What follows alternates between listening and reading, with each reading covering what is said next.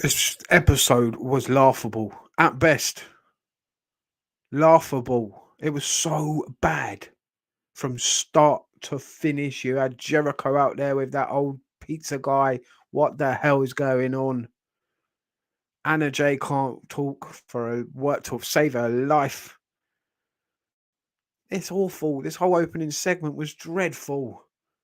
I mean, I've liked Jericho over the years. I've enjoyed some of his stuff. In the last year or so, he's just gone right downhill for me. Awful. Absolutely dreadful. Start to finish was dreadful. A whole segment.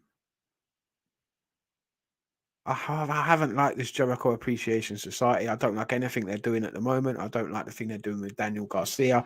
Yes, the geezer's a decent wrestler. Got a lot of talent. Got a lot of potential.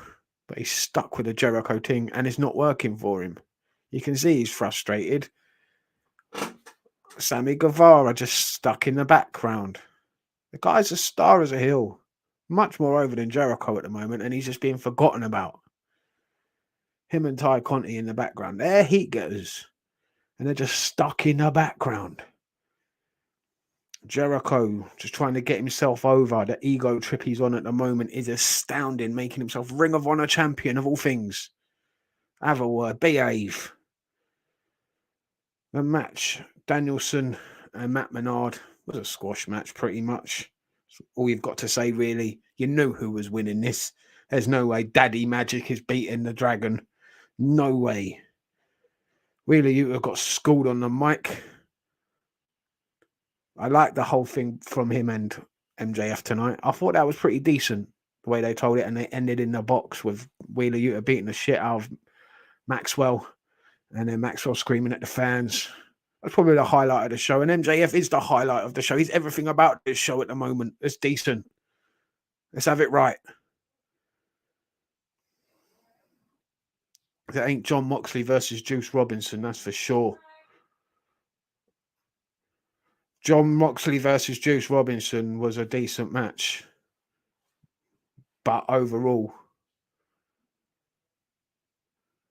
it's Juice Robinson. Why is this match happening? Who knows? Who cares? And if he wins, he gets a title shot and he didn't even win. So it was embarrassing. Soraya, that was embarrassing. Completely embarrassing from start to finish. That whole woman segment, every single woman involved. Dreadful. Who's directing them? Yeah, she slates the other the company she worked for previously, saying, "Oh, they didn't listen to me. They didn't let me do what I want to do." Well, clearly there was a reason for that. Because you're fucking dreadful. This was dreadful from start to finish. Embarrassing. Tony Storm, Serena Deeb, they had a good match. That was good. Probably the best match on the show. I really enjoyed that. Ricky Starks versus Eli Isom. That was all right.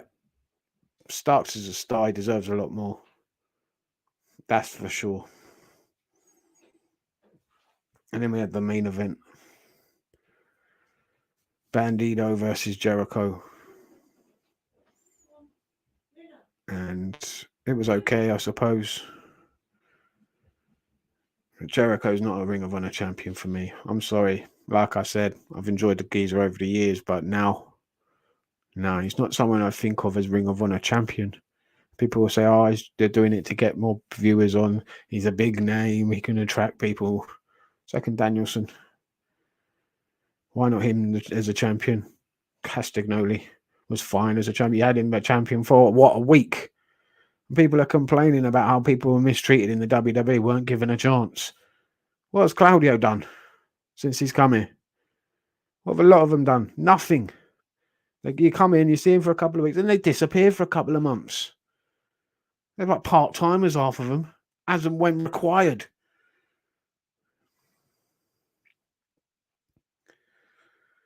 It's a joke. This whole company, the way it's run, the way it's the creative is done, the storytelling, it's just bad. So the in-ring action is pretty decent half the time. MJF saves the show every time he's on it. So glad he's back, because before it was brutal. So, yeah, it's the highlight of the show was MJF yet again, saving the show. As soon as he gets the belt, the better, really. It's got to happen soon because he's got that chip, which is ridiculous. Absolutely ridiculous. Why can't it just be like a small gold one? Why does it have to be this massive, stupid casino, massive, over-the-top chip, casino chip? It's ridiculous.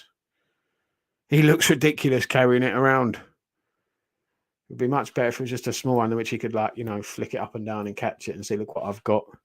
Put it in his pocket and then pull it out when it's time to cash it in. Just give it to the ref.